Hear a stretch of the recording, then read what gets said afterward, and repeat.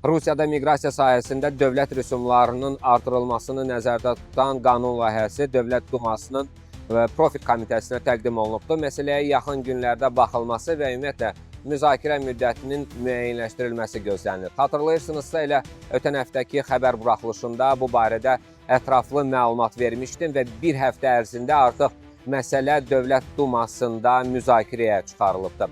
Beləliklə, layihəyə əsasən bir sıra miqrasiya xidmətləri üzrə ödənişlərin artırılması təklif edilir. Belə ki, xarici vətəndaşlara yaşayış icazəsinin verilməsi üçün rüsum 30.000 rubləədək, müvəqqəti yaşamaq icazəsinin verilməsi üçün 15.000 rubləədək, iş icazəsinin verilməsi üçün isə 5.000 rubləədək artırılması planlaşdırılır.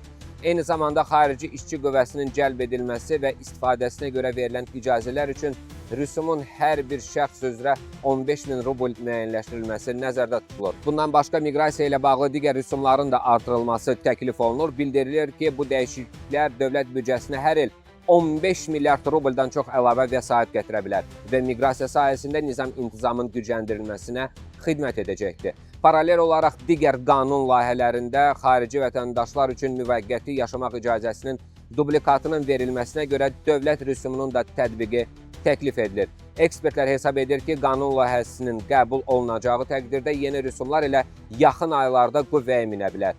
Bu səbəbdən sənədlərin mövcud tariflərlə təqdim edilməsi üçün müəyyən vaxt imkanının qaldığı qeyd olunur və bu vaxtdan istifadə tövsiyə edilir.